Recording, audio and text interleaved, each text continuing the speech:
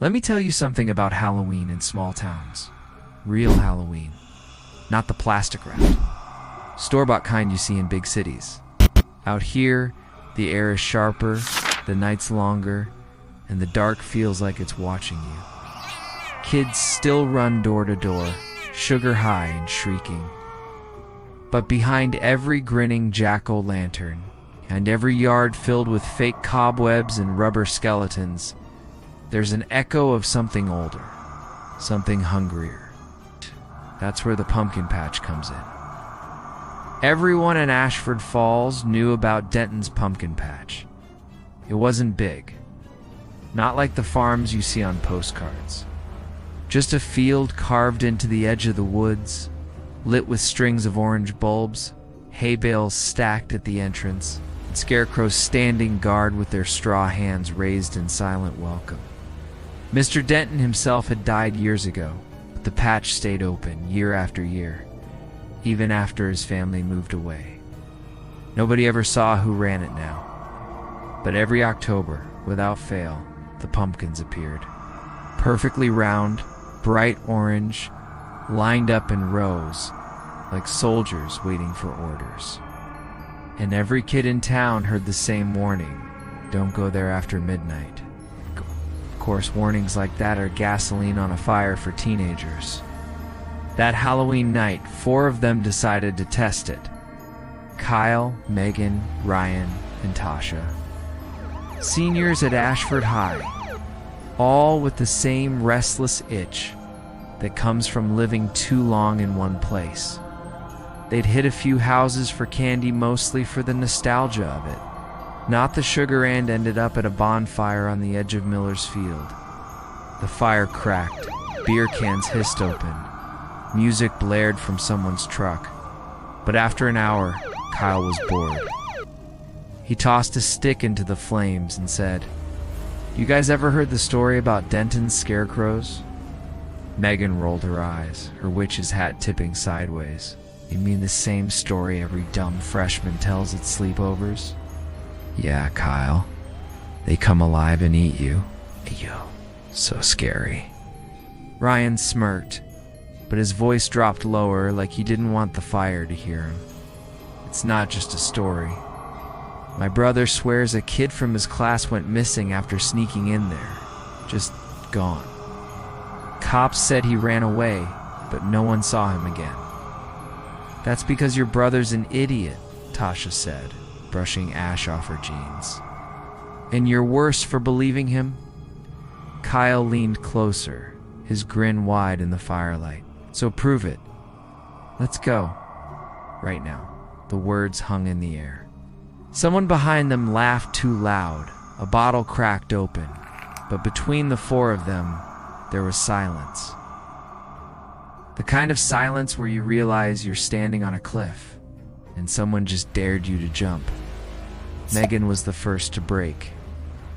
"Fine, but only because I want to rub it in your face when nothing happens." Ryan and Tasha exchanged a look. Neither wanted to say yes, but neither wanted to be the coward either. That's how peer pressure works. It doesn't push, it waits, and eventually, they all stood up. The pumpkin patch was only a 10-minute walk from Miller's Field, but the way stretched long under the weight of the night. The further they got from the bonfire, the darker everything seemed. The air turned colder, the moon slid behind clouds, and the trees lining the road seemed to lean closer. When they reached the old wooden sign, Denton's pumpkin patch, open till midnight. The clock on Kyle's phone read 12:07. The patch was dark. The string lights that usually glowed orange in the distance were dead. But the field itself, the pumpkins were still there. Rows and rows of them, their round bodies gleaming faintly in the moonlight.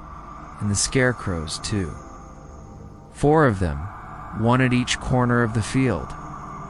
Their heads were burlap sacks, stitched with crooked smiles. Their arms stretched wide on wooden crosses, straw jutting out from sleeves and pant legs. Kyle let out a low whistle. "Looks cozy," doesn't it? Megan shoved him. Shut up. But she didn't turn back. None of them did. They crossed the low fence, their shoes crunching on dry soil. The pumpkins seemed larger up close, their skins smooth and almost too perfect, like they'd been carved by a machine. Ryan bent down, running his hand over one. "Feels warm," he muttered. "Warm," Tasha laughed, but it sounded forced. "It's 50 degrees out," Ryan didn't answer. His hand lingered a moment too long before he pulled it back. That's when they heard the first sound. Rustle.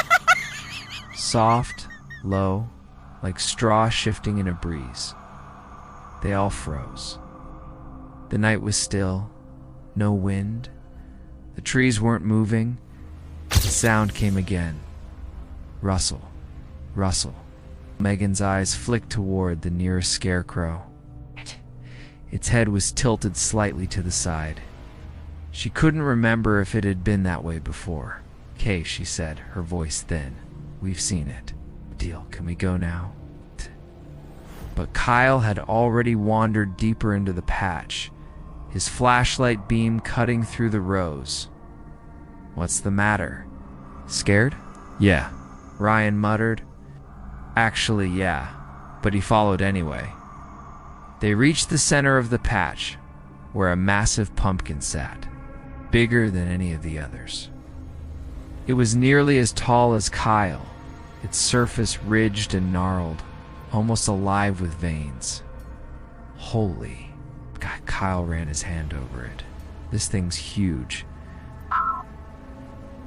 How does a pumpkin even grow like this? "Maybe it doesn't," Ryan said under his breath. Megan hugged herself, shivering. "I hate this. Can we please leave?" Tasha nodded. For once, she didn't have a sarcastic comeback. But before Kyle could answer, the sound came again, louder this time. Rustle, rustle. All four turned at once.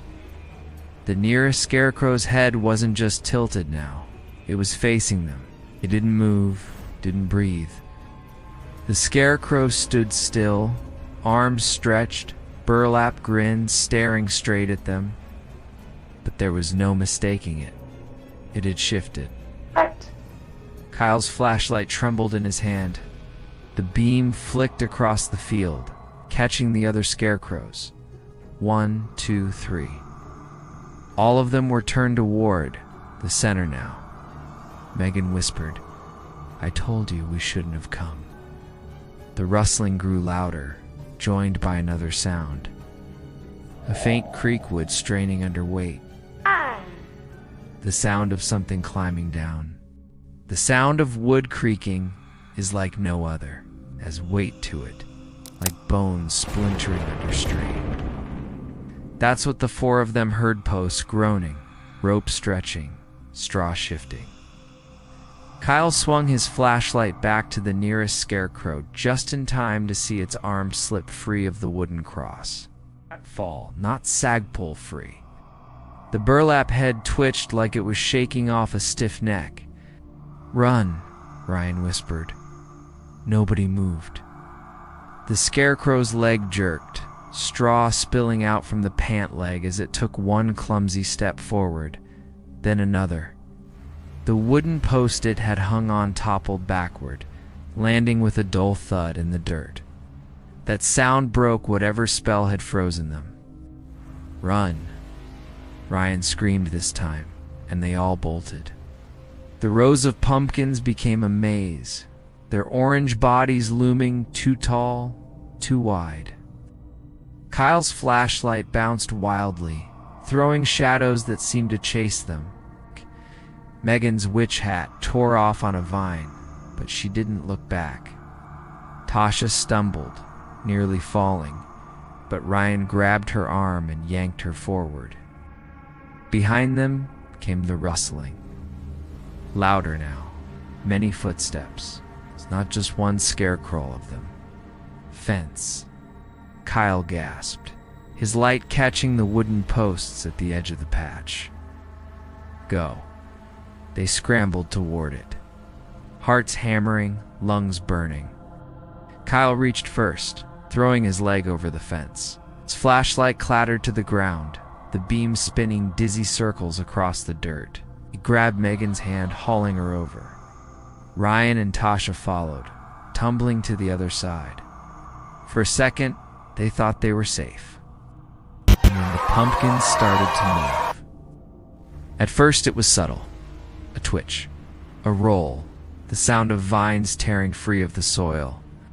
But then the big one in the center shuddered like something inside was pushing against its walls. A deep, wet crack split its surface.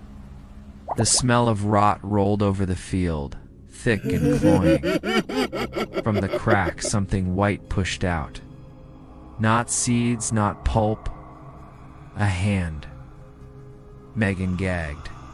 Oh my God, the pumpkin split open completely, spilling its guts in steaming heaps. A figure crawled out skeletal, skin stretched thin, eyes hollow black pits. Its mouth gaped wide, and inside were rows of pumpkin seeds where teeth should have been. And then the others started splitting too. Pumpkins bursting open like eggs, spilling out figures that stumbled to their feet, slick with orange slime. Men, women, children, all with those empty eyes, their skin crisscrossed with vines that burrowed under the flesh like veins. "Go!" Kyle screamed. They ran down the road, shoes pounding, the sound of wet footsteps chasing behind them. The lights from Miller's bonfire should have been ahead. Music, voices, laughter. But when they rounded the bend, the field was empty.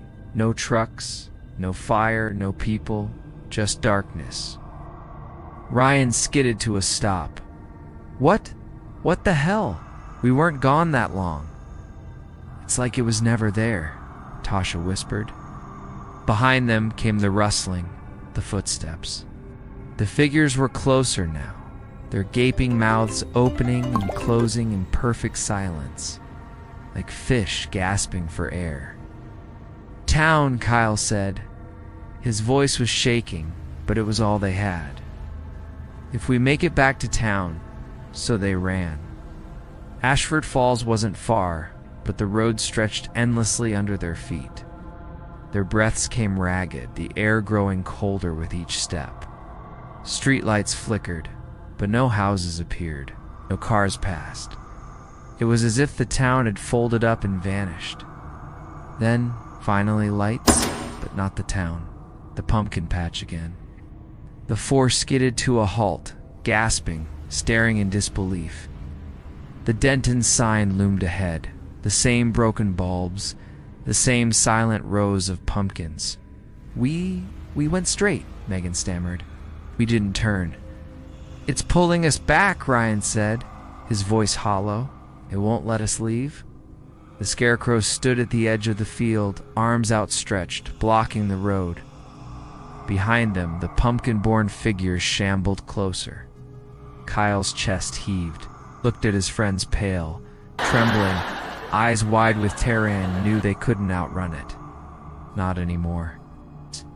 So he did the only thing he could think of. He grabbed a rock from the roadside and hurled it at the nearest scarecrow. The rock hit with a sickening crack. The scarecrow staggered, its burlap head tearing open to reveal not straw, but a skull half swallowed by vines. It screeched a high, keening sound that made their ears bleed. The others froze, and slowly they turned their heads toward Kyle. The chase was chaos after that. Screams, footsteps, the crack of vines snapping. Ryan fought one off with a broken fence post, shoving it through the chest until orange slime poured out like sap. Megan tore at another with her bare hands, ripping vines from its neck as it writhed. But for everyone that fell, two more took its place. Tasha tripped again, her scream cut short as hands dragged her back into the rows. Megan reached for her, but Kyle yanked her away. He didn't want to see what happened next. They ran blind, not knowing where, only away. The night pressed in, thick and endless. Finally, a light ahead, warm, golden, a gas station. Kyle's heart leaped. There. They burst through the door, the bell above jangling. The clerk looked up, bored, a cigarette dangling from his lip. "You kids okay?" Kyle gasped. Call the police, theirs." But when he turned, the door was open behind them. And the pumpkin patch stretched out, endless, rows upon rows under the orange lights. The clerk was gone, the station gone. They were still inside. No one saw Kyle, Megan, Ryan, or Tasha again after that night. The next morning, the townsfolk drove past Denton's pumpkin patch on their way to church, to breakfast, to errands. The field looked ordinary, pumpkins round and bright, scarecrows standing guard. Nothing strange at all. But if you looked closely, really closely, you could see 4 new scarecrows standing there. And if you walked by after midnight, you might hear the rustling, the creak of wood, and voices faint but desperate, calling for help that never comes. Episode 2, The Lantern Man. You ever drive down a country road in the middle of October? Not the kind that winds between apple orchards and pumpkin patches where kids run around in costumes too early in the month. No, I mean the lonely kind. The ones where the pavement narrows until it feels like a suggestion more than a road. The trees press in close, and there are no streetlights, no houses, not even the glimmer of another car's headlights in the distance. Just you, your own engine humming in the dark. That's where this story comes from. A road like that, and a man carrying a lantern. Now, I don't know if it was Halloween itself, though. That would make a hell of a good story, but it was close enough. October 29th. A chill had crept into the air, the kind that carries the bite of winter just ahead, and the moon was no more than a cloudy smear behind shifting branches. The guy telling me this, will call him Richard, though he swore up and down he'd never put his real name out there. Said it was about 11:30 at night when he saw the lantern. He was driving back from a job 2 towns over, windows fogging on the inside, heater blasting. Half asleep with the radio mumbling static. And then out of nowhere, this pale yellow glow cut through the trees. At first he thought it was some kind of work crew, maybe utility workers, maybe someone clearing a fallen branch. But as he got closer, he realized it wasn't floodlights or flashers or anything electrical. It was one single lantern, the old kind. Glass pane, brass frame, flame flickering inside. There was a man holding it. Now here's the kicker. This wasn't a hitchhiker with a flashlight type of deal. The lantern man wasn't standing off to the side waving someone down. He was standing right in the middle of the damn road. Richard slowed. He had to. There was no way to swerve around without plowing into a ditch. And as his headlights swept over the figure, he got a good long look. The lantern man wore a long dark coat that brushed against the tops of his boots. The fabric looked wrong, somehow too heavy, too stiff, like it had been hanging in a closet untouched for decades. His hat was the wide-brimmed sort you'd see in old farm photos. His face, well, that's the part Richard said he couldn't shake. The lantern man's face was pale, almost waxy, and the eyes didn't catch the light. They were deep, hollow, like the sockets were shadows carved into his skull. Richard braked to a stop, hands gripping the wheel so hard his knuckles ached, and for a moment, the man didn't move. He just stood there, lantern swaying gently in his hand. Then slowly the lantern man raised his free arm, pointed not at the car, not at Richard, but down the road behind him, as if to say, turn around, go back. Richard's heart was hammering now. He told himself it was some Halloween prank. Some local tradition he didn't know about. Teenagers, maybe. Someone with too much time on their hands. There was something about the Lantern Man's stillness, the utter silence around him, that didn't feel like a prank. And then Richard swore the flame inside the lantern flared, bright white hot for just a second. And in that flash he saw things he couldn't explain. Shapes, dozens of them. Figures pressed against the tree line. Faces pale as the Lantern Man's, staring from the shadows. He blinked, gone. Just dark trees again. The Lantern Man lowered his hand. He took one step forward. Richard panicked. He slammed the car into reverse, tires screeching, backing down the road so fast he nearly fishtailed into the ditch. The lantern glow bobbed in the distance, steady, patient, until it finally disappeared around a curve. He didn't stop until he hit the highway again. Didn't stop until he saw gas station lights, real electric ones, cutting through the dark. He parked there, shaking so hard he could barely light a cigarette. Now here's the part that chilled me. Richard didn't imagine it, at least not all of it. Because when he got home that night, hours later, his wife asked him why the hell he smelled like kerosene. And he didn't have an answer. That's where most folks would leave the story, right? A one-time scare, a roadside ghost. But Richard wasn't done. He told me that after that night, he started seeing lanterns in other places. Just glimpses down alleyways at the far end of his backyard, reflected in windows of houses across the street. Always that same pale yellow glow, always swaying slightly. He said it followed him. And he was right, because even as he told me this story, sitting across from me in a dingy little diner off Route 6, I could smell it too. That sharp, oily temps of kerosene, like the residue of a flame that had burned out just moments before. And for a second, I swore I saw a glow move across the glass door. But when I looked, there was nothing there.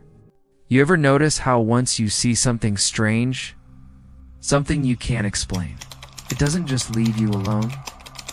It clings like a burr on your jacket you didn't notice until you're already back home, sitting on the couch. Richard told me that's what the Lantern Man was like. Not a one-night apparition. Not a spooky moment on the road he could file away under bad dream and forget about. No, the Lantern Man stuck. For days after that first encounter, Richard swore he smelled kerosene everywhere he went. In his car, in his bedroom closet, even in his coffee cup once. Though his wife swore she hadn't touched the percolator. He started driving different routes to and from work. It's longer. Brighter, busier, but it didn't matter. The lantern light always showed up, a reflection in a puddle, faint glow behind the garage, sway of pale flame in the corner of his eye when he turned off the lights at night. Sleep didn't help either. He dreamed of that road. Always the same one, narrow and tree-lined, stretching out under the weight of a clouded sky. He'd wake up drenched in sweat, convinced the lantern glow was right outside his window. His wife, Janine, thought it was stress.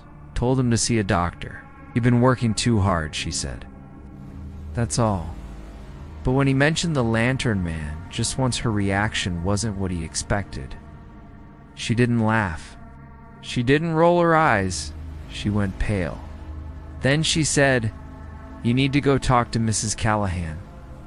Mrs. Callahan lived 3 blocks down from Richard, in a sagging yellow house with a rusted swing set half buried in weeds out back. Everyone in town knew Harold, half deaf, a recluse. She'd been there since before the bypass was built, before half the neighborhood sprouted up. Folks said she knew all the stories, the kind of stories people don't put in newspapers. Richard knocked on her door one Saturday morning, lantern smell clinging to him like cheap cologne. The old woman answered slow, eyes milky with cataracts. When he told her what he'd seen, she didn't even blink. She just nodded. "The Lantern Man," she said, her voice a dry whisper. "He's older than the town, older than the road." She told him a story. Back in the 1800s, before cars, before electric lights, there was a farmer who lost his son one October night. The boy had wandered into the woods and never came out. For days, the farmer searched, carrying a lantern, calling his son's name. Ow. Neighbors joined in, but the boy was never found. The farmer didn't stop, though. Every night, he walked those woods with his lantern. Some said he went mad. Some said he made a bargain. And when winter came and the farmer disappeared too, folks whispered that he hadn't really gone, that he was still out there searching with that same lantern. And if you saw him, it meant one thing. He wasn't just looking for his son anymore. He was looking for you. Now, you hear a story like that, you chalk it up to small-town campfire nonsense, right? At least that's what Richard told himself. Except when he left Mrs. Callahan's house, he noticed something strange. Her windows. Every single one of them was covered from the inside with thick black fabric. Not curtains, not blinds, heavy cloth nailed into the wood. "Keep the light out," she told him when she caught him staring, or it'll come in. That night, Richard nailed blankets over his own bedroom window. He didn't tell Janine why. You'd think that would have helped, but it only made things worse, because the Lantern Man came back. It was October 31st, Halloween itself, when Richard saw him again. This time, it wasn't on some back road. It was right outside his house. He'd been handing out candy, watching kids in costumes dart up and down the block. Pirates, witches, a kid with a plastic chainsaw mask. Nothing unusual. But around 9, after the trick-or-treaters thinned out, Richard stepped onto his porch for a smoke, and that's when he saw it. Down at the far end of the street, a faint glow, pale yellow, swaying slowly. At first, he told himself it was just some kid with a flashlight, but as it drew closer, he knew better. The glow didn't wobble like a flashlight beam. It pulsed like fire. And then he saw the hat, the coat, the hollow eyes catching no reflection. The Lantern Man was walking down his street. Richard froze, cigarette hanging from his lips, smoke curling into the cold air. He couldn't move, couldn't breathe. The lantern's light swayed closer, steady, patient. Not rushing, not running, just coming. Neighbors didn't notice. They never do in stories like this. One guy was unloading groceries from his car. A woman dragged her trash bins to the curb. Nobody looked up, nobody saw, but Richard saw. And the Lantern Man saw him. The figure stopped across the street, lantern lifted. Flame flickered higher. Just like before, Richard saw them. Faces. Dozens of them. Pressed into the shadows behind the man, pale and hollow-eyed. Watching, Richard staggered back inside. Slamming the door so hard, Janine screamed from the kitchen. She came running, but when she opened the door again, the street was empty. No lantern, no man, just darkness. After that, Richard didn't sleep at all. He couldn't. He told me he'd stay up every night, lights blazing, television on, waiting for the glow to come back. Sometimes he saw it from the yard, sometimes from across the street. It's always waiting, always patient. Here's the worst part. One night, about a week later, he woke up in bed, not in the living room chair where he swore he'd stayed all night, but in his bed. No memory of lying down. And on the nightstand beside him sat a lantern, brass frame, glass pane, empty. No wick, no flame. Yeah. Just the faint, acrid smell of kerosene. That's where Richard left the story when he told it to me. Said he was moving. Said he couldn't stay here anymore. and maybe he did. But I've been through that neighborhood since, and I've seen the glow. Just faint, just down at the far end of the road. And I can tell you one thing. When you see it too, don't forget it, because the Lantern Man doesn't stop looking. Not for his son, not for you, not for anybody. Maybe one night when you're driving a lonely road, you'll see the glow too. Episode 3. The Mask in the Leaves. Do you know what I've always hated about Halloween? The masks. Not the cheap plastic ones with rubber bands that snap in your hair. Those are just annoying. I mean the other kind, the old masks. The ones that look like they've been around longer than you have. Maybe longer than your parents. Masks that don't seem like costumes so much as faces. Borrowed faces. That's what happened to Claire. She was 16 that October, the year it started. Small town kid, quiet, kind of bookish, didn't make waves, didn't make trouble. She had 2 best friends, Maddie and Josh Ann, between the 3 of them. They always did their own little version of trick-or-treating. Not the usual candy grab, but something a little different. Every year they dared each other to find the creepiest spot in town and explore it at night. That Halloween, the spot was Miller's Grove. Now, Miller's Grove wasn't much, just a patch of woods behind the high school football field.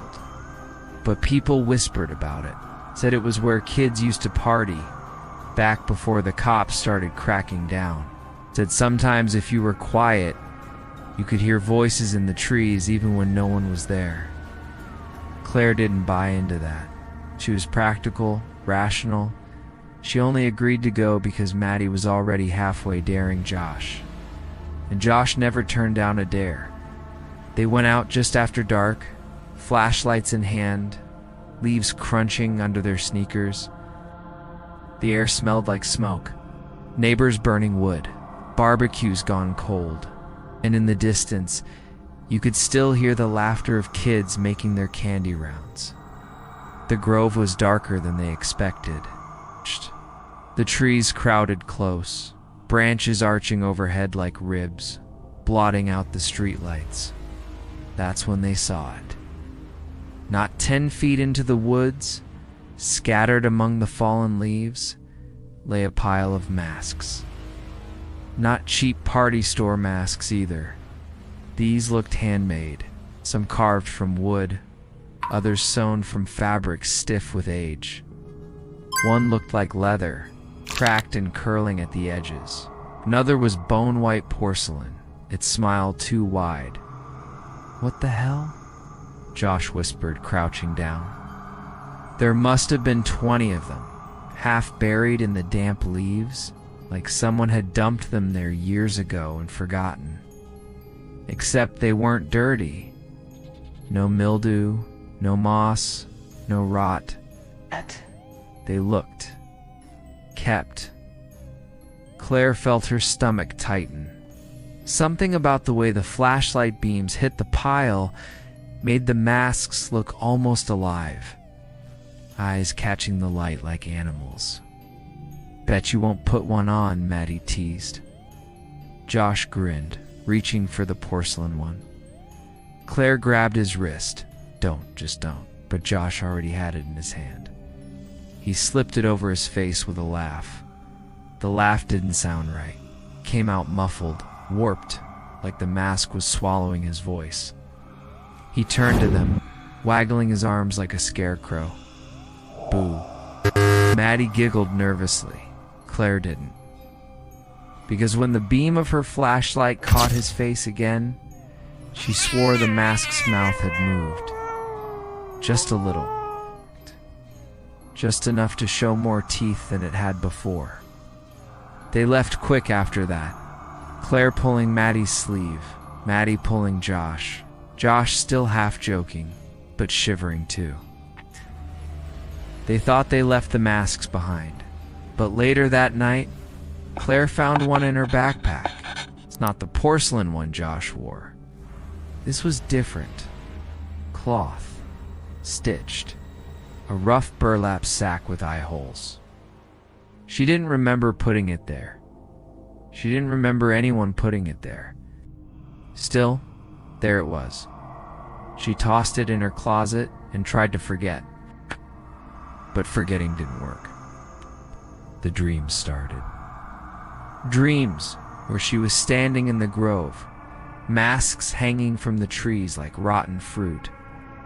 Dreams where whispers rose from the leaves, urging her to pick one, where it become it. And then there was the sound. A soft rustle outside her window at night, like someone pacing in the leaves. The third night she woke to find the mask on her nightstand, not in the closet where she'd left it. Claire tried to tell Maddie and Josh. Maddie laughed it off. Josh said he'd take it back. Maybe he'd prank his little brother with it. But when he reached for the burlap mask, Claire wouldn't let go. She couldn't. Her hands tightened without her meaning them to. "Forget it," she said, yanking it back. And Josh looked at her like he didn't recognize her. That night, Halloween still heavy in the air, Claire finally heard the voice, not just whispers and dreams, not just wind in the leaves. A voice low, hollow, rustling, "Put me on." She told herself it was her imagination. Stress, too much sugar maybe. But she found herself standing in front of the mirror, mask in hand, breathing hard. The burlap smelled like dirt and ashes. Her fingers trembled. "Just try it," the voice said. "Just once. That's where I'll pause this first half." Claire is standing on the edge, mask in hand, caught between rational fear and the supernatural pull. When Claire finally lifted the mask, her breath caught. The burlap was rough, but warm to warm, like it had been sitting in sunlight, even though it hadn't left her room in days. And for just a second, she thought she felt it pulse. She dropped it. The sound it made when it hit the floor wasn't right. It didn't crumple or flop, it thudded like something solid was inside. "Jesus," she whispered, stepping back. Her reflection in the mirror looked pale and stretched, her eyes hollow from too many sleepless nights. The mask lay between her feet like a living thing. She bent down, hand trembling, and for a moment she swore she saw the mouth twitch. "Put me on." The voice wasn't coming from outside anymore. It was inside her head. And this time she didn't resist. When the burlap touched her skin, it was like dunking her head into ice water. Her lungs seized. The world shrank to darkness, and the sound of something whispering right in her ear. 1,000 overlapping voices hissing words she couldn't understand. Then it stopped.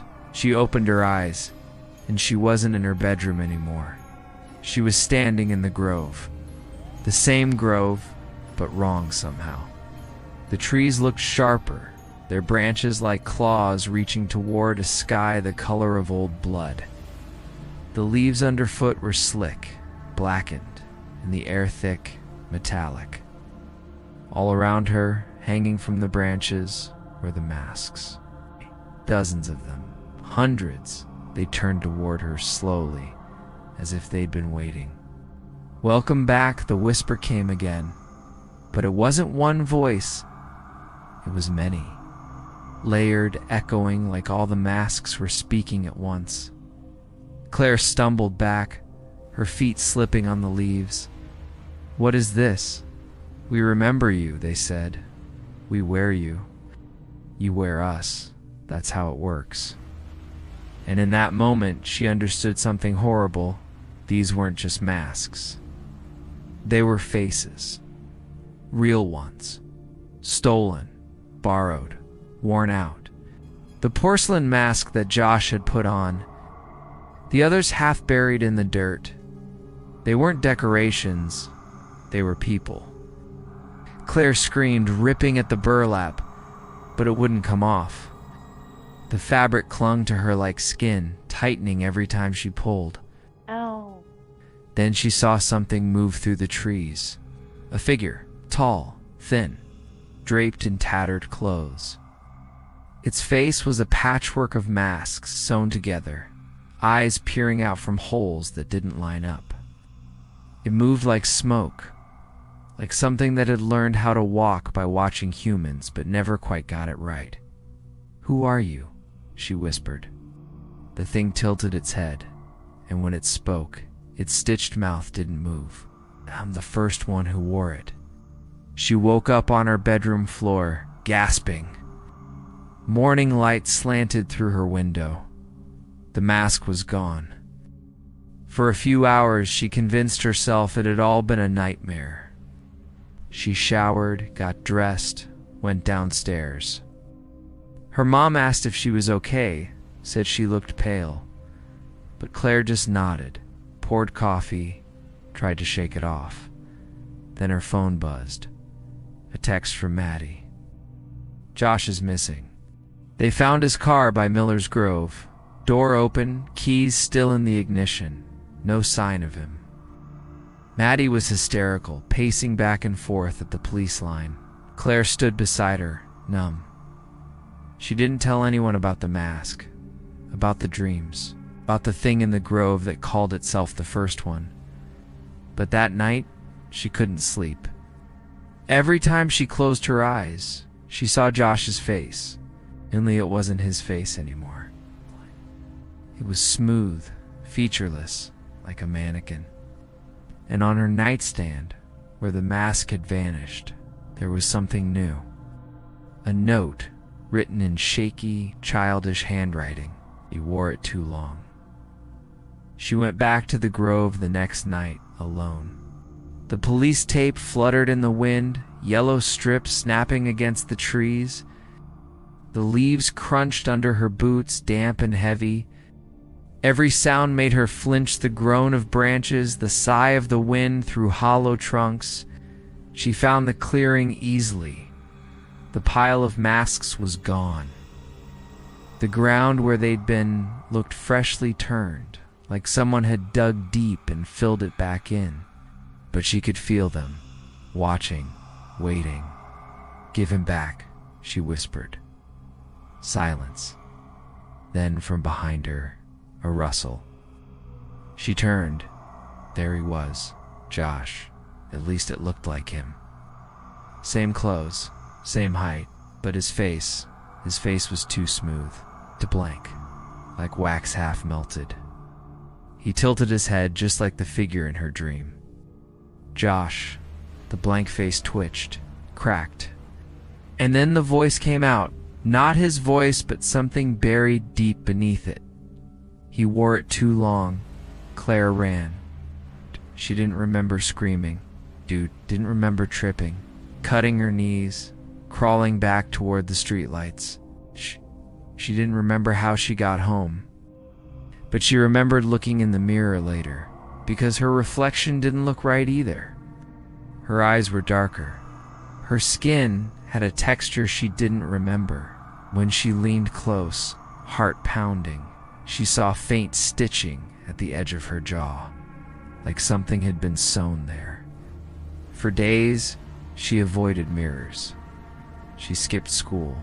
Maddie called, texted, cried. The police asked more questions. No one believed her when she said Josh came back, until Maddie disappeared too. That was Halloween night. Claire woke up to leaves in her bed, crushed wet leaves. She sat up trembling and saw footprints, muddy, small, leading from her window to her closet, and inside the closet, the burlap mask, waiting. She could have run, could have called for help, but she didn't, because deep down, she knew there was nowhere to go. Can't take it off once you've worn it. That's what the voice whispered as she picked it up again, her fingers moving without her. And as she pressed the mask to her face, she heard laughter, soft, distant, familiar. Josh's, Maddie's, others, a whole chorus. Welcome back. The next morning, police found Claire's house empty. No signs of struggle. Her bed was covered in leaves, the window wide open, and on her desk 3 masks. 1 porcelain, 1 plastic, 1 burlap. None of them were smiling. Episode 4. The Pumpkin Patch. It had been 21 years since Daniel Reeves last stepped foot in Hollow Creek. 21 Halloweens since that night, the night the pumpkins bled.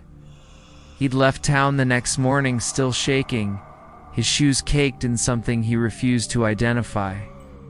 He told himself it was mud, but in the back of his mind he knew better.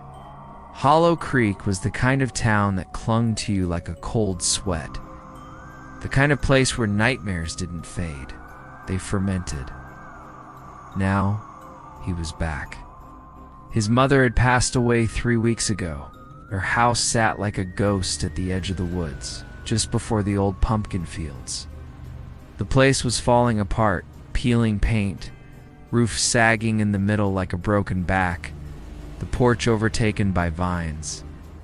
He had no choice but to come back, sell it, and get the hell out before Halloween. But the first thing he saw when he turned onto the old county road wasn't the house. It was the sign. Reeves Family Pumpkin Patch, homegrown since 1953. Someone had repainted it. Fresh orange lettering, smiling jack-o'-lantern that looked almost alive in the dusk light. Daniel's stomach turned. He hadn't touched that sign since the night of the fire, the night his father disappeared. The locals had whispered about it for years. About how his father, William Reeves, had gone out into the patch after hearing something move among the vines. About how they had found only his boots in the morning filled with blood and pumpkin seeds. Daniel parked by the gate and stepped out into the wind. The smell hit him immediately. Sweet, rotting earth mixed with the heavy tang of old fruit. The pumpkins were already growing again, dozens of them, scattered across the field. They shouldn't have been. His mother hadn't planted in years. He knew that. He'd seen the letters she'd written, angry, his confused ramblings about the voices under the soil. And yet here they were, perfect, round, orange, waiting inside the house. The air was stale, thick with the smell of mold and dust. Everything was exactly where his mother had left it. The faded photographs, the calendar stuck on October 2004, and the kitchen table where she used to carve her pumpkins, each with that same strange grin. Daniel found her journal in the drawer by the sink. He didn't want to read it. He'd promised himself he wouldn't. But the first page was open, and her handwriting trembled like she'd written it in fear. October 25th, I hear them again, whispering under the house. I tried to ignore them, but they keep saying his name. They say William isn't gone, he's just growing. Daniel shut the book quickly. He laughed nervously, that kind of laugh you let out when your brain refuses to believe your eyes. Growing, yeah, sure, like pumpkins could talk. Like his father could be out there sprouting. Still, he couldn't shake the feeling that the field was watching him through the kitchen window. That night, the wind picked up. It howled across the roof, rattling the windows. Daniel sat by the fire with a bottle of whiskey, pretending not to hear the faint thumps outside. He told himself it was the wind. He told himself it was deer. He told himself a lot of things. But when the clock struck midnight, the thumps became footsteps. Slow, dragging footsteps moving across the porch. Stood, heart hammering, and crept to the window. The moon was full, bathing the field in silver light. At first he saw nothing. Then something shifted among the pumpkins. Shape, tall, heavy, moving between the rows. Daniel pressed closer to the glass. The shape moved again, and this time he saw it clearly. It was a man, or at least it had been once. Its skin was rough, split open in places where vines curled through like veins. Its head was a carved pumpkin, glowing from within, eyes flickering like dying candles. And on its chest, Daniel saw something carved deep into the flesh. R.W. Reeves. William Reeves. His father. The creature turned toward the house, and Daniel's breath caught. The grin carved into the pumpkin wasn't just random. It was the same one his father had always carved every Halloween. The one he called the family face. Daniel stumbled backward, tripping over a chair. When he looked up again, the porch was empty, but the front door creaked open on its own. Morning came with no peace. The wind had died, but the sense of unease hung over everything like fog. Daniel tried to convince himself it was a dream, a whiskey nightmare conjured by grief and an overactive imagination.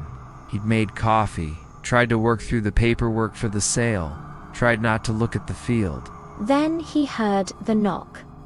Then he heard the knock, 3 slow, deliberate knocks at the door. He froze. It came again. He opened it and nearly dropped the mug.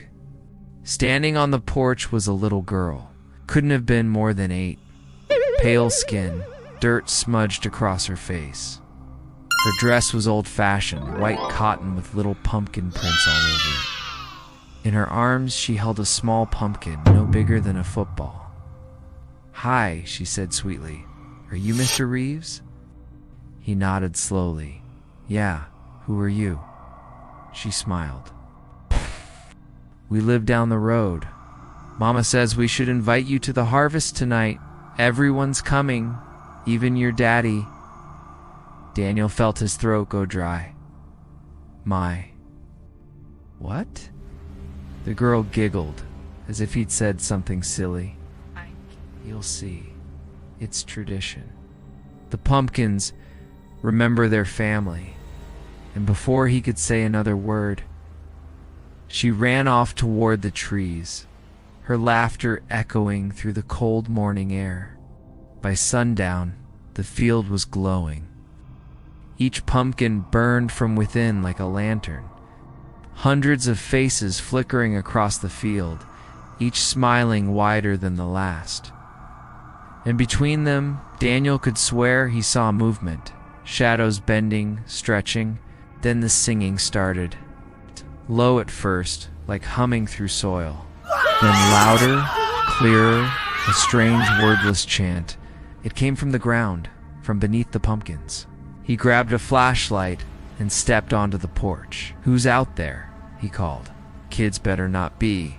The earth split open. Right in the center of the field, a mound rose up, and from it, something crawled out. It was shaped like a man, but its body was made of tangled roots, its face a hollowed pumpkin skull glowing from within.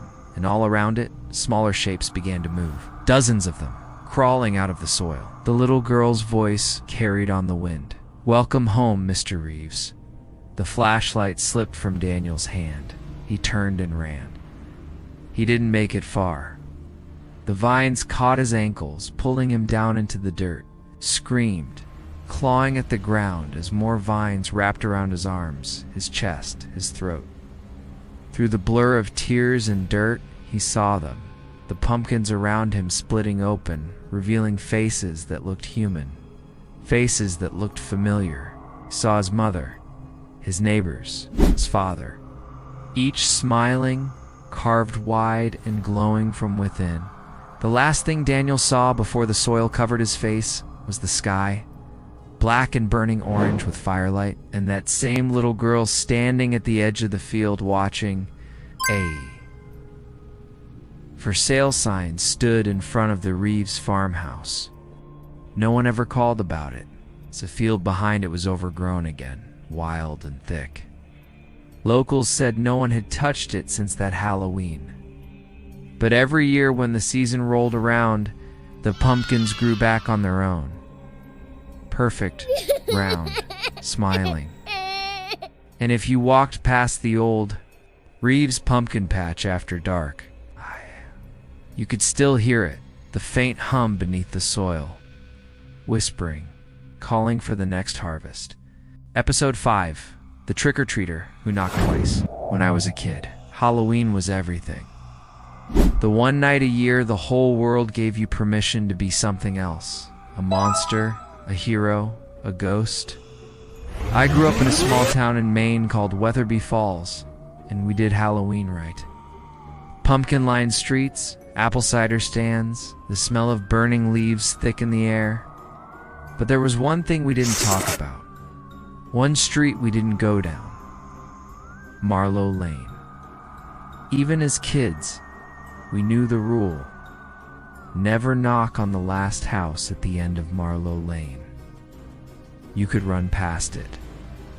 Throw eggs at the fence, even dare each other to peek in the window if you were feeling brave, but you never ever knocked.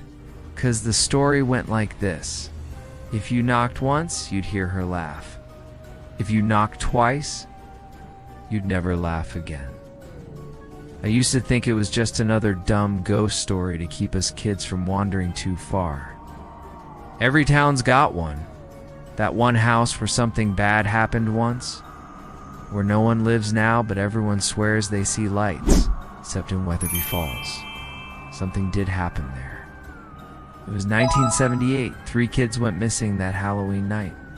The only clue anyone ever found was their candy bags, lying empty on the porch of the old Wilson place at the end of Marlowe Lane, and nobody ever found the kids.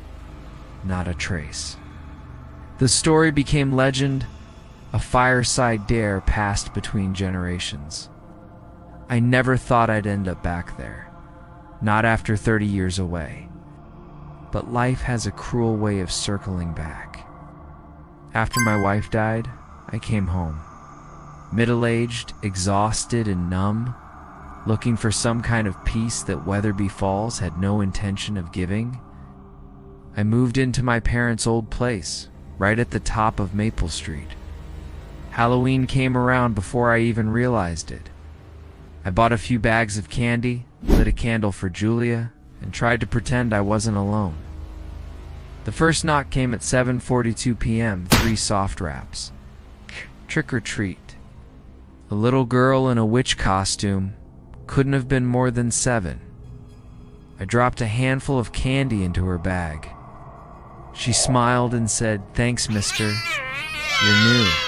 Sort of, I told her. "Used to live here." She nodded solemnly, then whispered, "Don't go down Marlowe Lane tonight." I laughed. That dry adult kind of laugh that hides nerves. Why not? Her eyes darted toward the end of the street. Because the woman's back? My brother saw her yesterday. She was standing in her yard, carving faces into pumpkins. He said she waved. Then she ran off before I could say another word. Later that night, the kids stopped coming. The streets went quiet. Poured myself a drink and sat by the window watching the fog roll in from the woods. That's when I saw her. At first I thought it was a trick of the light, some leftover costume straggler walking slow down the middle of the road.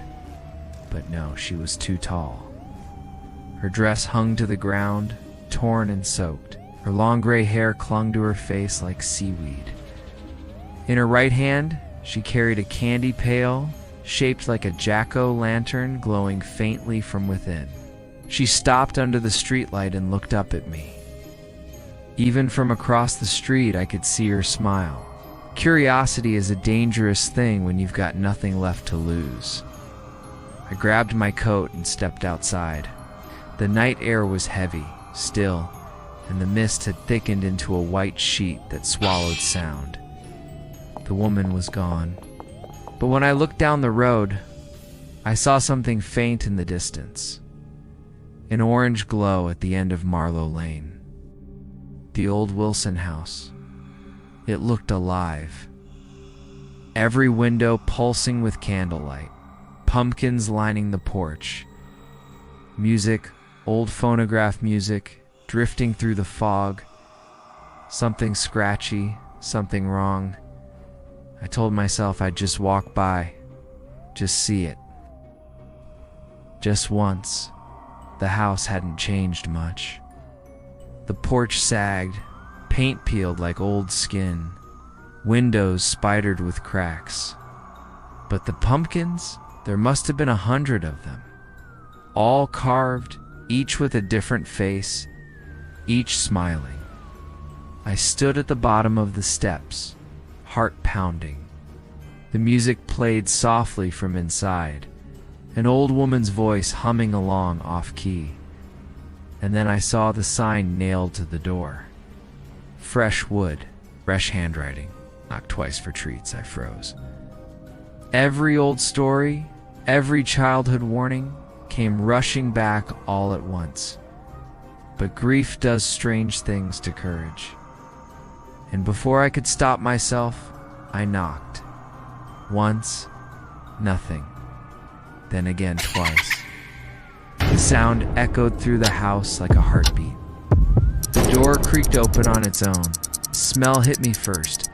Rotting fruit, burnt sugar, and something sweet underneath, like perfume left out too long.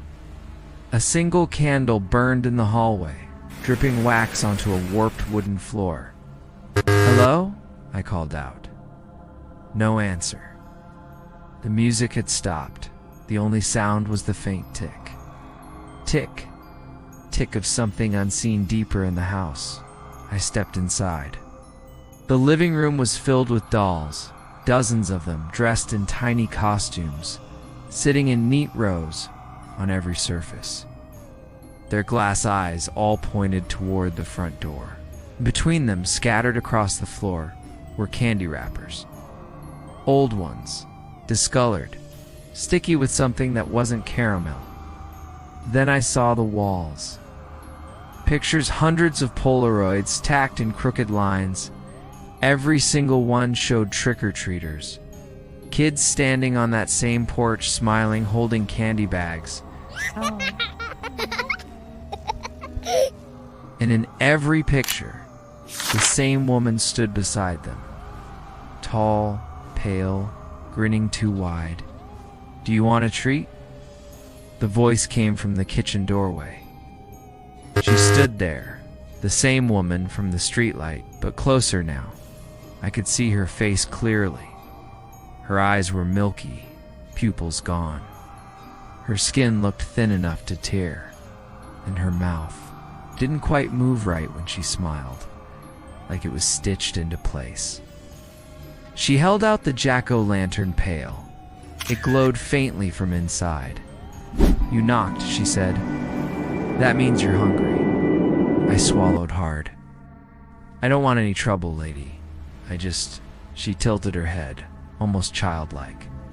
"Everyone knocks twice eventually. It's the only way to stay young."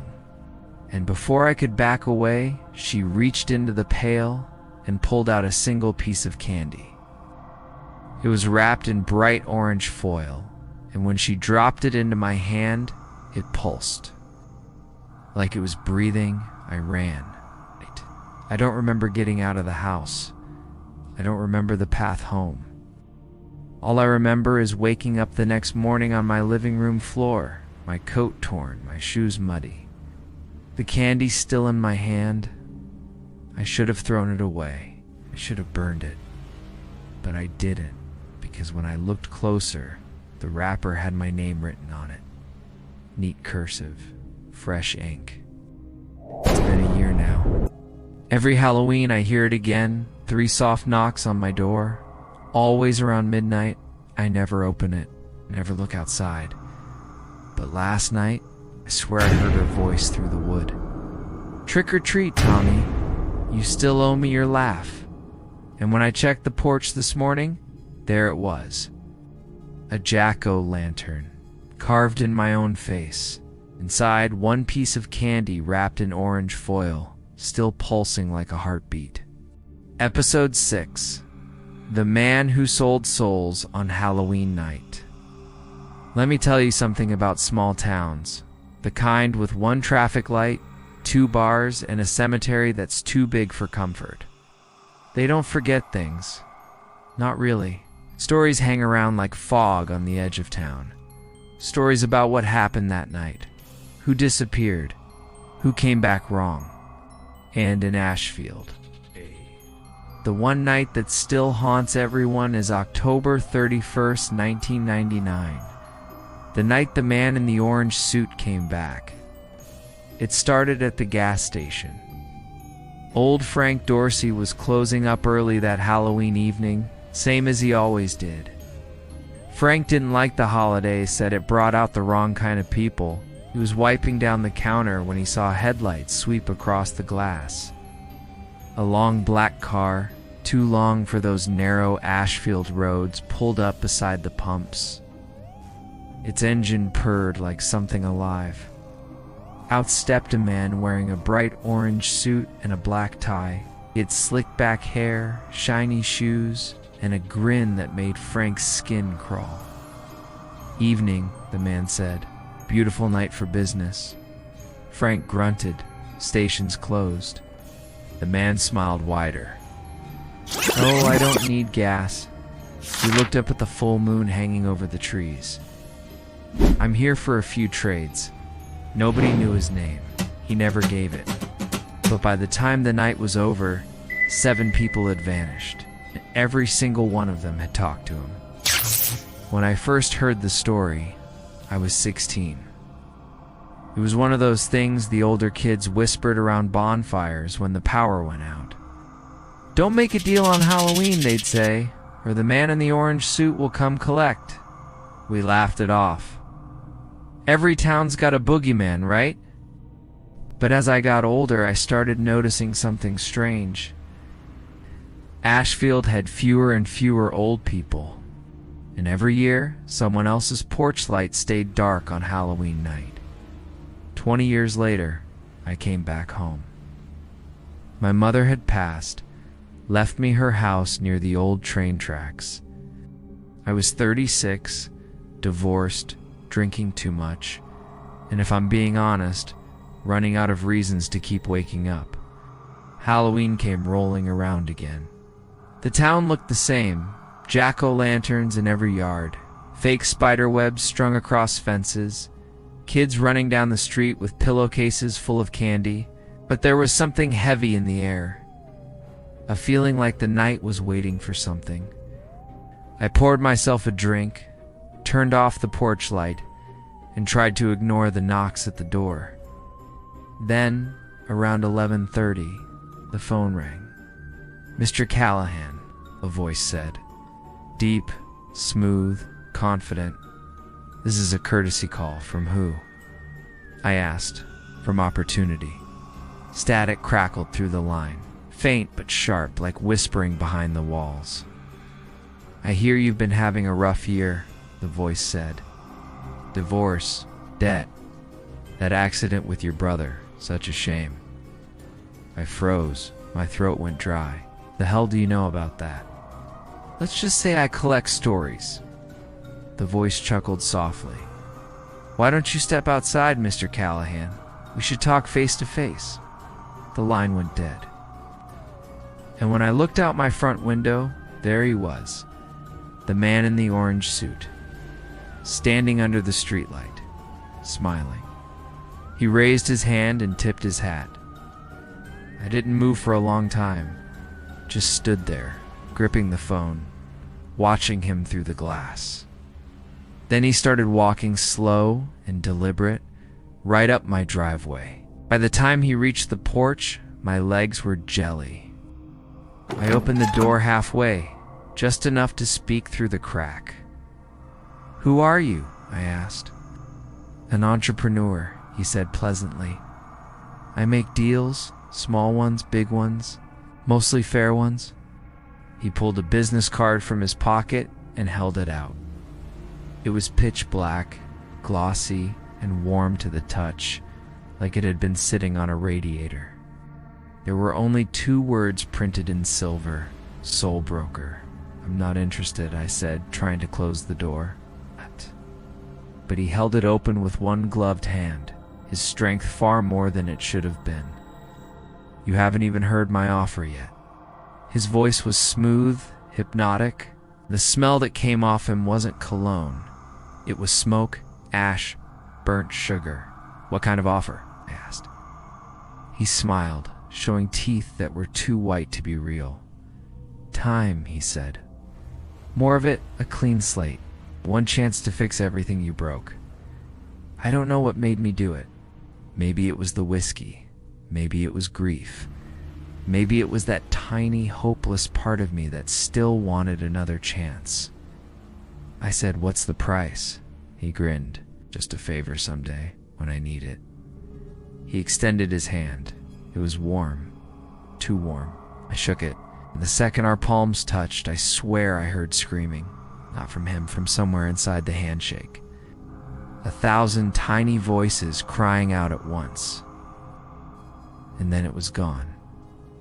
He tipped his hat again. "Pleasure doing business, Mr. Callahan. I'll be seeing you soon." And just like that, he turned and walked down the road. No footsteps. No sound. Just the soft whisper of his orange suit brushing against the night. The next morning, my phone rang again. It was the hospital in Portland. My brother, who'd been in a coma since the accident, was awake. I drove there like a man possessed. He was sitting up, eating Jell-O, smiling like nothing had ever happened. The doctors called it a miracle. But when I hugged him, he whispered something in my ear that turned my blood to ice.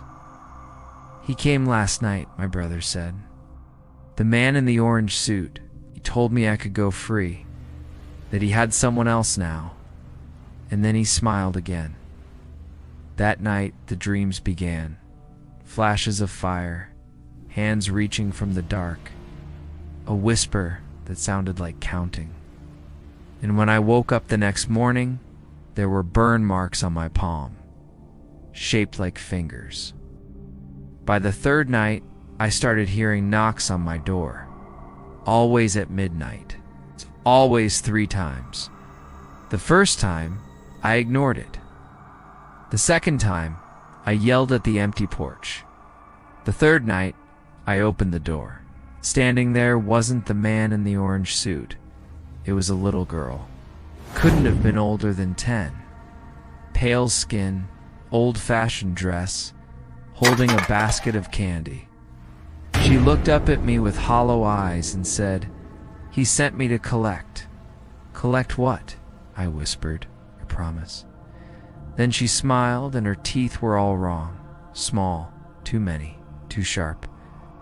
I slammed the door and called the police. They came, searched the yard, found nothing. But when I looked through the peephole afterward, I saw something resting on the porch. A single orange rose, burning silently, leaving no ash. Since that night, I've seen him everywhere. At gas stations, in reflections, in dreams. Always smiling, always waiting. Sometimes I catch a glimpse of orange fabric at the corner of my eye, gone when I turn. I know he's not done. Deals like that don't end clean. Because every Halloween since that night, someone in Ashfield goes missing. Always someone desperate. Always someone who said they'd do anything for another chance. And every year, the stories start again. The man in the orange suit, the trades, the whispers in the dark. You want to know the worst part? I found another one of his cards last week, tucked under my windshield wiper. Same black gloss, same silver letters. This time, there was something new written on the back. Payment due October 31st. Ashfield has a way of keeping secrets. But on Halloween night, the air itself feels like it's whispering them. And this year, October 31st had rolled back around like a noose tightening. The card lay on my kitchen table. Black, glossy, silver letters glinting under the dim light. On the back, in neat script that looked etched rather than printed, payment due October 31st. I turned it over and over, hoping the words would change.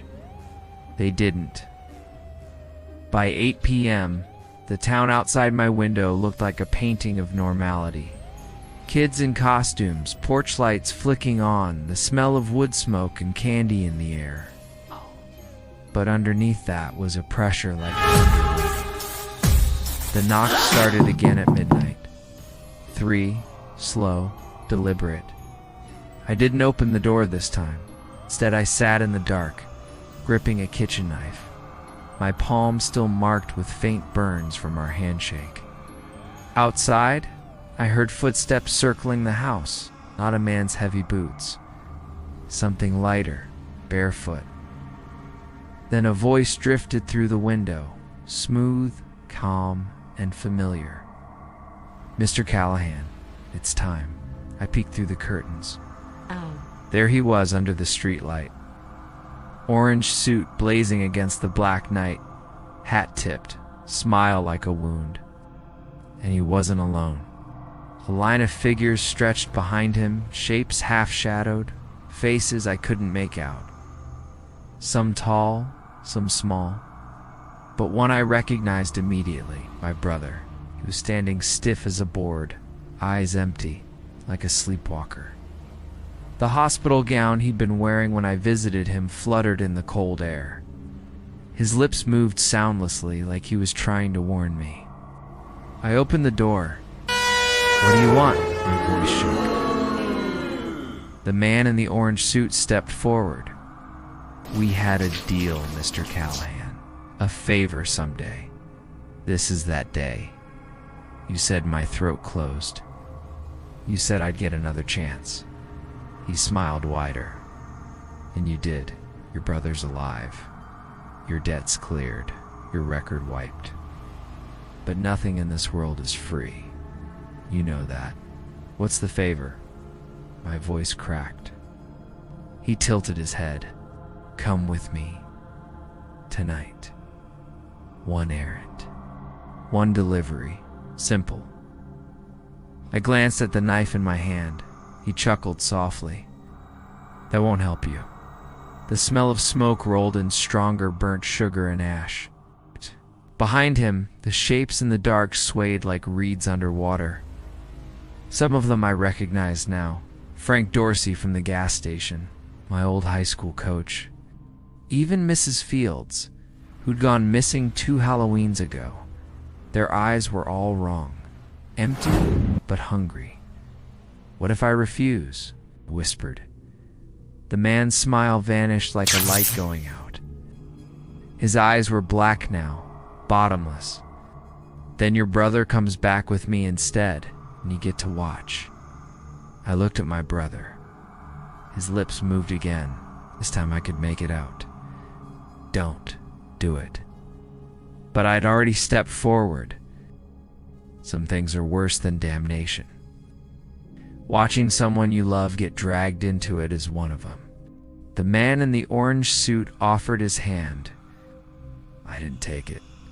He just nodded, and the world shifted. The street dissolved. The cold night air turned heavy, wet, like breathing through cloth. We were standing somewhere else now, an old, rotted Victorian house at the edge of town. Windows black, door ajar. The House of Trades kids used to call it in the stories.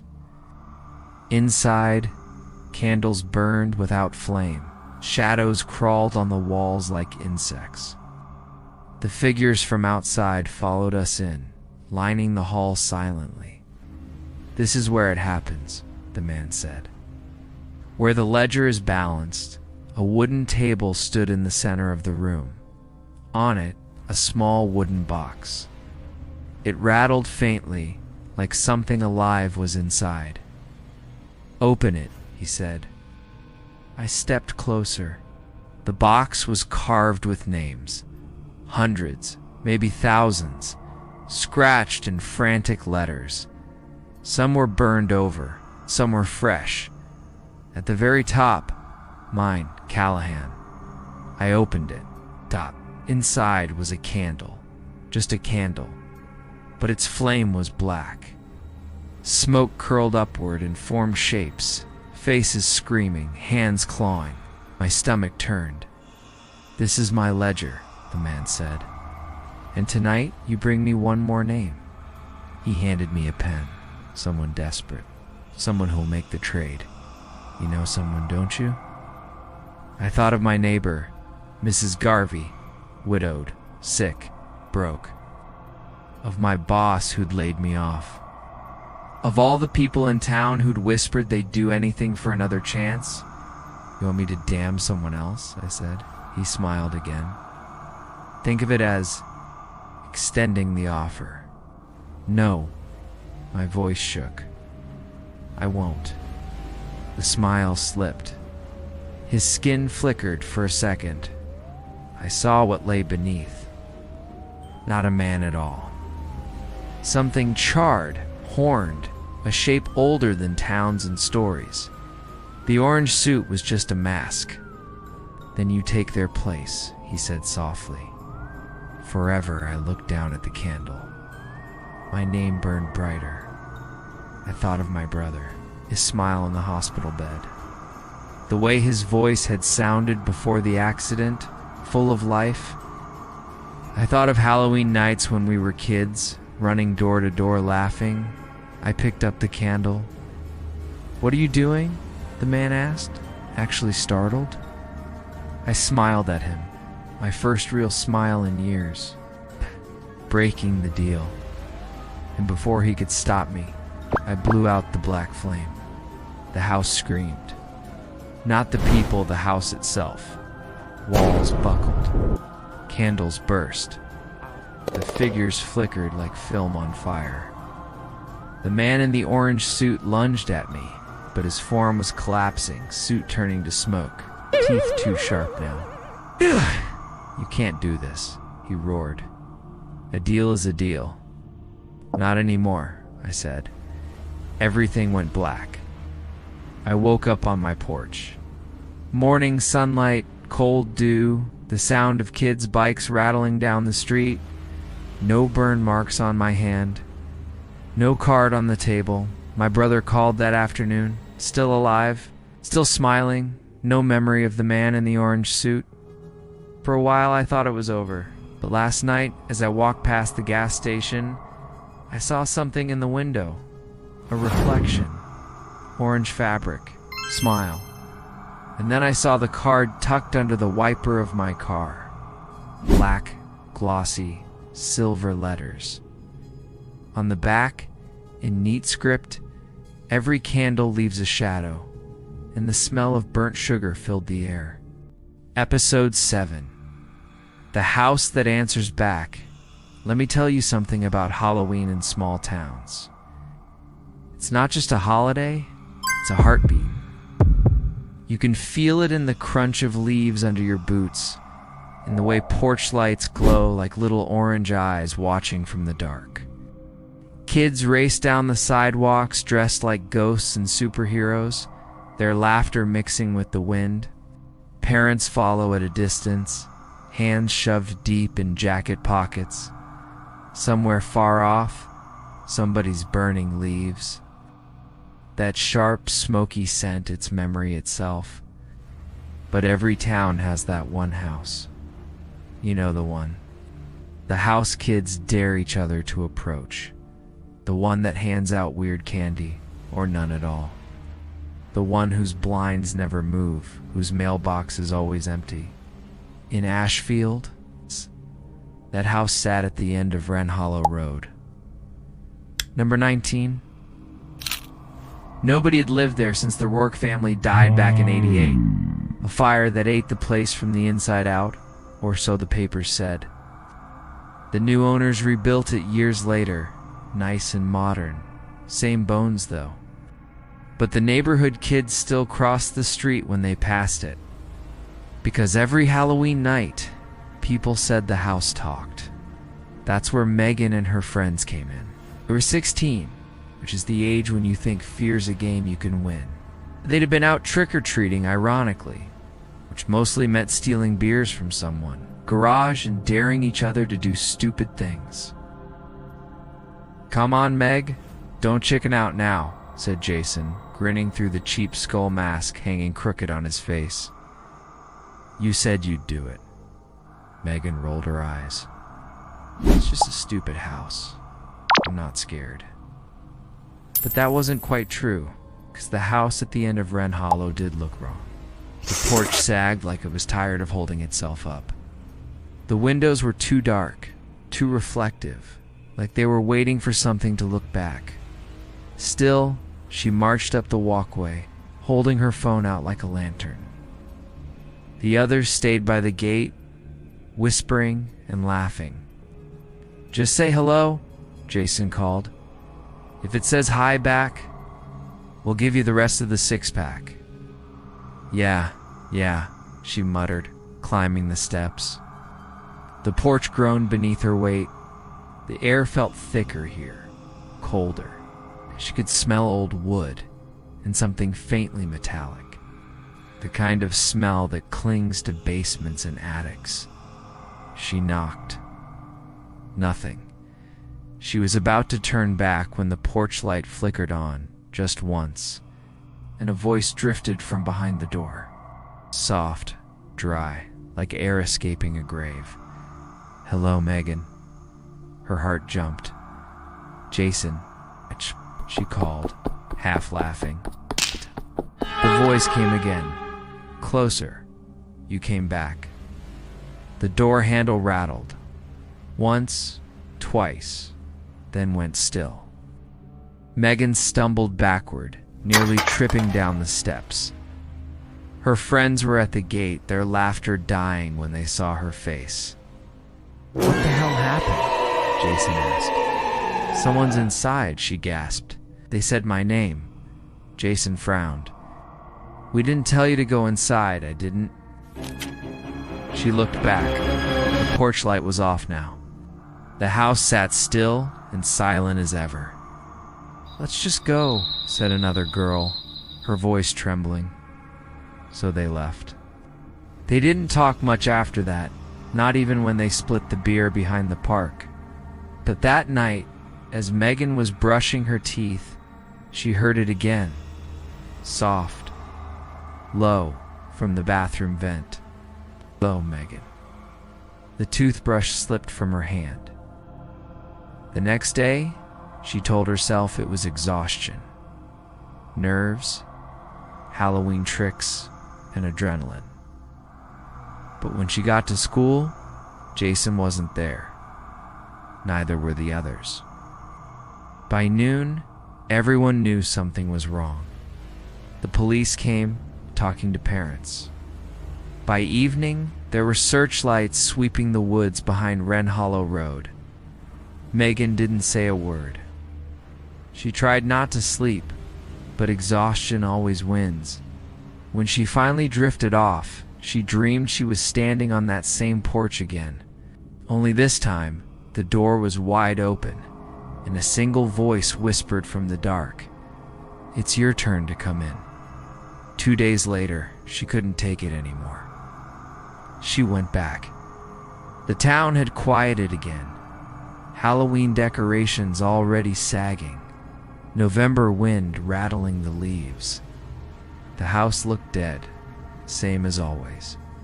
But there was a sound, faint and rhythmic, coming from inside, like something breathing. She knocked once. "Jason," she whispered.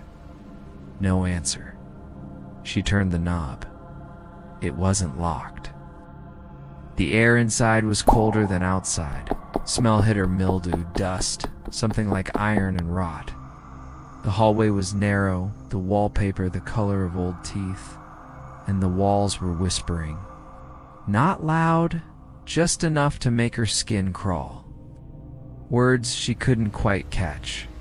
Her name, maybe, or something close. She took another step. Floorboards creaked. The door at the end of the hall opened an inch. "Megan," she froze. "Duh." The voice came from behind that door. Jason's voice? "Jason, help me." Her heart pounded as she reached for the handle. When she opened the door, the room was empty. except for the couch. It sat in the middle of the room, old and sagging, its cushions torn. The fabric shimmered faintly, like it was damp. And when she stepped closer, the cushions moved. Something shifted beneath them, a hand pressing upward, pale and thin. "Help me," the voice whispered again. Megan screamed and ran. She didn't stop until she was home, until she'd locked every door and shoved a chair under her bedroom handle. That night, the whispers followed her into her dreams. And when she awoke, there was dirt under her fingernails. What? The same kind you find in basements. Megan didn't tell anyone about the dirt. She tried to scrub it off, but it kept coming back, dark streaks under her nails, as if she'd clawed through something while she slept. By the third morning, she couldn't take the whispering anymore. It came from everywhere. Now, the shower drain, the fridge motor, the spaces between her thoughts. Always the same voice. "Come back inside." She finally broke. At 5 p.m., just as the sky bruised orange, she walked back toward Wren Hollow Road. The street was quieter than it had ever been. Halloween decorations hung half-collapsed, plastic skeletons twisting in the wind. Number 19 waited at the end, its windows reflecting the dying light like eyes that hadn't blinked in days. Megan stopped at the gate. "Jason," she whispered. Silence. Then just once the porch light blinked, her pulse kicked. That was enough. She called the police. By nightfall, red and blue lights washed over the street. 2 officers stepped out, Trask gray-haired, tired eyes, and Lopez younger, nervous. Megan told them everything, her friends, the whispers, the couch, the dirt. They didn't believe the ghosts, but they believed the missing kids. "Stay behind us," Trask said, flashlight raised. The door gave way on the first push, as if the house had been waiting. The smell hit them wet, wood iron and rot. Lopez gagged. Jesus, the hallway was darker than before. The wallpaper seemed to have grown, puffed outward, pulsing faintly like skin. "Basement first," Trask said. "Where's that couch, kid?" Megan pointed toward the living room. They moved through the house slowly. Every step echoed like it was swallowed instead of heard. Then came a thump. From upstairs another, in a low voice barely air. "Help me." Lopez looked at Trask. "That's a kid." They climbed the stairs. At the landing, the air grew warm, syrup thick. The wallpaper bulged again, tiny outlines pressing from beneath it. "Hands, faces," Trask whispered. "What the hell?" A finger pushed through the wallpaper and brushed his sleeve. He flinched back and fired his flashlight beam straight ahead onto a door. It creaked open an inch. Inside, Jason's hoodie, hanging on a chair, and on the floor muddy footprints that led to the wall. Right into it. Then the wall exhaled. A gust of air, damp and sour. "Hit them. It's cold down here," said Jason's voice from inside the plaster. Megan screamed. The floor shuddered. Paint cracked in jagged lines that glowed faint orange, like the veins of a pumpkin lantern. Lopez shouted, "Back downstairs." But the stairs were already changing, each step softening, sagging. The house was turning to muscle and marrow. They ran anyway. When Megan hit the first floor, the living room lights flicked on by themselves. The couch waited in the center, still damp, still breathing. A voice rose from it, echoing in every direction. "We're still here." The cushion split. Jason's face surfaced, eyes glassy, mouth moving like a puppet's. Behind him, dozens of others merging into the fabric. Lopez drew his weapon. Stay back. The gunfire barely made sound. Bullets sank into the couch like stones into mud. Trask grabbed Megan. Out the window now. They ran, but every window was gone, replaced by smooth, pulsing wall. The house laughed, a low collective moan that shook the floorboards. Trask shoved Megan toward the kitchen door. Basement, maybe a way out. They kicked it open stairs, descending into blackness. The basement wasn't a basement anymore. It was a throat. Wet beams curved inward, dripping. The air shimmered with heat and decay. And at the center of it all sat a shape, something that looked like a giant heart-sized furnace, pulsing to a rhythm that matched Megan's own heartbeat.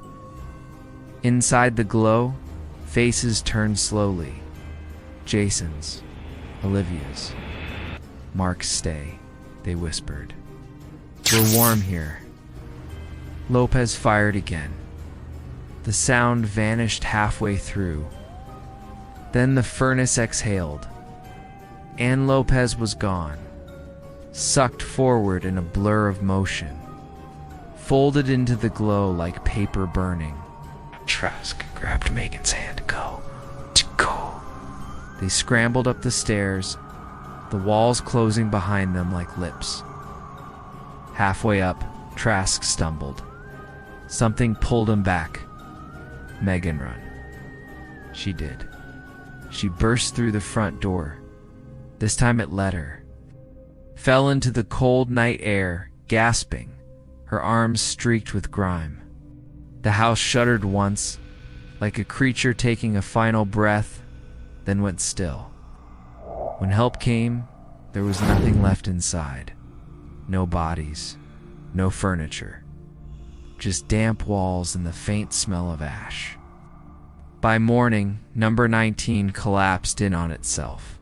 Timbers folding inward without fire or wind like a lung deflating. They called it a gas leak. Megan never corrected them. She left Ashfield a month later. But some nights, when the air goes dry and the moon turns the color of bone, she hears the same voice in the static between radio stations. Hello, Megan. And sometimes, God help her, she answers.